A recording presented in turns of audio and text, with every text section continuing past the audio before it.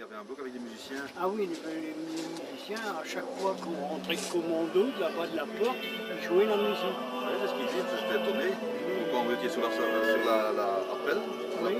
ils jouaient de la musique. Et quand il y avait un pendu, ils promenaient le pendu sur un petit chariot à 4 roues, avec un mort aux dents, là, attaché, et la musique tout le temps, la musique elle tournait. Quand le gars, c'était lui qui était obligé de mettre la corde à son cou, il remettait le train, et sur un petit tabouret comme ça. Et quelquefois c'était un capot, quelquefois c'était quelqu'un qui était désigné, qui fait un coup de pied dedans. Ici une fois, ils ont obligé un père à étrangler son fils, des Polonais. Et le fils a demandé à son père, fais-le parce qu'ils vont nous tuer tous les deux. Mais effectivement, quand ils présentent la pièce des lavabos, ça ne doit pas ressembler beaucoup à ce que vous avez connu.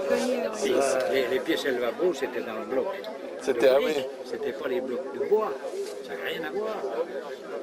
Donc les WC, c'était des planches avec des trous, parce que c'était le parloir. Hein. Ouais. Quand on allait là-bas, si on pouvait rester un petit moment, il était bien. Il y a des maquettes qui expliquent quand même. Oui, non, c'est bien. Il y avait un petit musée avant, c'est vieux ça, qui se trouvait tout à fait en dehors du camp, où il y a le mémorial maintenant à l'extérieur, où il y a les monuments et tout ça. Et bien, il y avait des chalets qui venaient du camp, des vrais. Oui, il n'y en avait pas des, il y en avait un, trois étages. Il y avait la mitrailleuse. C'est pas des vrais là ici. C'est de la récupération. Mais là-bas, c'était resserré, on trouvait tout à la fois, on se sentait serré comme dans le camp. Ça donnait vraiment cette impression. Oui, ça crée l'atmosphère. Ah, c'est trop. C'est ce que disait ce matin un déporté avec qui on discutait. Finalement, ce qu'il y avait au début, ça me rappelait plus que ce qu'il y a maintenant, parce que... On veut faire toujours les choses bien, il faut que ça soit bien présenté. Ou alors, si vous voulez, ce qui serait bien, c'est de reconstituer partiellement une ou deux baraques dans un coin du musée. Oui. Et ils le feront peut-être. Hein. Remonter une de baraque. Oui. Leur faire le dessin. Oui. Le nombre de places de... À Schirmack. Ah ben oui, ce sont des nazis de Schirmack qui ont foutu le feu à la reconstruction du musée. Des nazis du Creux. Oui, ils sont tous là. Il y en a qui sont encore à ça. Et alors, donc, c'est dans ces chalets que vous étiez avec papa à deux, voire même à trois. Ça dépend des arrivages, et des fois c'était serré. Hein. C'est fou, ouais. Ah ouais, trois, ouais, ça fait. Encore on va arriver dans la nuit, chez les gars, Deux les pieds, lui au milieu, avec la tête entre les deux pieds, quoi. Alors, comme on en faisait pas très souvent notre toilette, parce qu'on n'avait pas le temps. Bien sûr. Et puis des fois, on n'a pas du tout envie, même si on était crasseux. Les gars, on n'avait pas belle morale. Moi, je ne s'inquiète pas, il faut le laitier dans l'oreille, puis il disait, où Donc, je sais que l'année où j'ai passé, j'ai eu une douche officielle avec des La infections. première à l'arrivée. Non, c'était l'hiver. À poil à côté des douches dehors, les habits à la désinfection, passer aux douches, on est ressorti, on a pris les habits qui n'étaient pas secs. Ah oui, il y avait tellement de tout. Mais on est rentré au bloc, il y avait plein de poules, là, on en avait autant qu'on en avait la veille. Les paillasses n'avaient pas été Dans les commandos, c'était pareil, hein. Moi, je suis attaché, c'était pareil. Alors, on sortait d'usine, on pouvait aller, il y avait des douches. Alors, au camp, on pouvait y aller. Mais il n'y avait rien. Alors, à l'entrée de la douche, il y avait une caisse où il y avait du savon. C'était le savon. Alors, on prenait pour enlever un peu le carbone. On était dans une usine, il était plein de carbone. Bon, les vêtements qu'on avait, mais on ne changeait pas. On se douchait pour avoir le plaisir. Bon, on sortait, il n'y avait pas de neige. On prenait la liquette qui était pleine de carbone, on s'essuyait avec. Et on la remettait dessus. Et j'arrivais à me laver, c'était un peu le dimanche. Parce qu'on avait quand même la journée. Alors, avec par roulement, on arrivait quand même à arriver, mais il y avait pas assez de robinet pour tout le monde. Ah oui. Alors, moi, il y a une chose, que il faudra un jour faire, que je regrette qu'il ne fasse pas assez. On parle des horreurs de la déportation, c'est vrai. Mais on ne parle jamais de ce qui a été extraordinaire. Des exemples de solidarité, de fraternité, etc.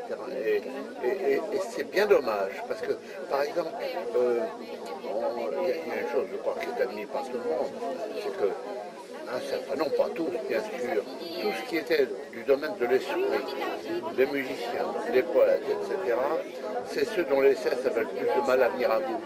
Hein, ceux qui avaient une ressource de l'esprit, hein, si vous voulez. Pas tous bien sûr. Hein. Je me suis trouvé que je les ai connus aujourd'hui, les fils de Jean Appel, qui était un officier de marine. Oui. On a fait couchette commune pendant un bon mois pendant l'hiver. Mais je suis incapable de lui dire la date exacte. Je ne me rappelle plus. Ah bah, ce qui me frappe dans le voyage, c'est l'amitié qu'il y a entre déportés. On sent qu'il y a une... Même avec, Et puis des gens qui ont encore le tonus, voilà. Et Et on se dit que si vous en êtes sortis, c'est parce que vous aviez justement oui, un puis caractère c'est ce que je bien disais, trempé. nous, on était des gamins. Vous étiez jeunes. On n'avait ni femme ni enfant, on était exclusivité avec son papa. Je savais qu'il avait 3 enfants, mais il ne voulait pas qu'on en parle pour tenir le coup. Il ne voulait pas que... Il ne voulait pas se démolir. C'était... Quand il S'il se voulait... mettait à trop penser, qu'est-ce qui sont net. devenus, est-ce qu'ils se débrouillent, qu'est-ce qui va arriver. J'ai passé je suis incapable un mois et demi au moins avec lui, quoi. Puis un soir, je suis rentré, il n'y avait plus de gens. Il était parti dans un autre bloc. C'est ça, quoi. Alors, d'un seul coup, on était bien, on ne sait jamais avec qui on retombait dans le lit, je ne me rappelle plus qui l'a remplacé. Là. Ah ouais. Comme quoi, il y a des...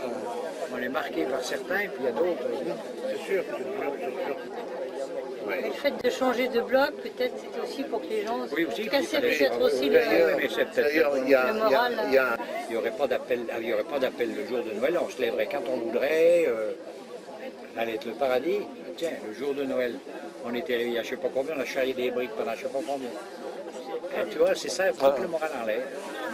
Tu te préparais à une journée au plus marre à discuter.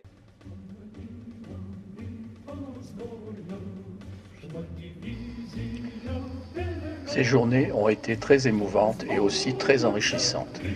Émouvantes car nous avons suivi le calvaire de notre père pendant ces 9 mois d'emprisonnement, son évacuation vers la baie de Lübeck et ses dernières heures de vie sur le Thielbeck.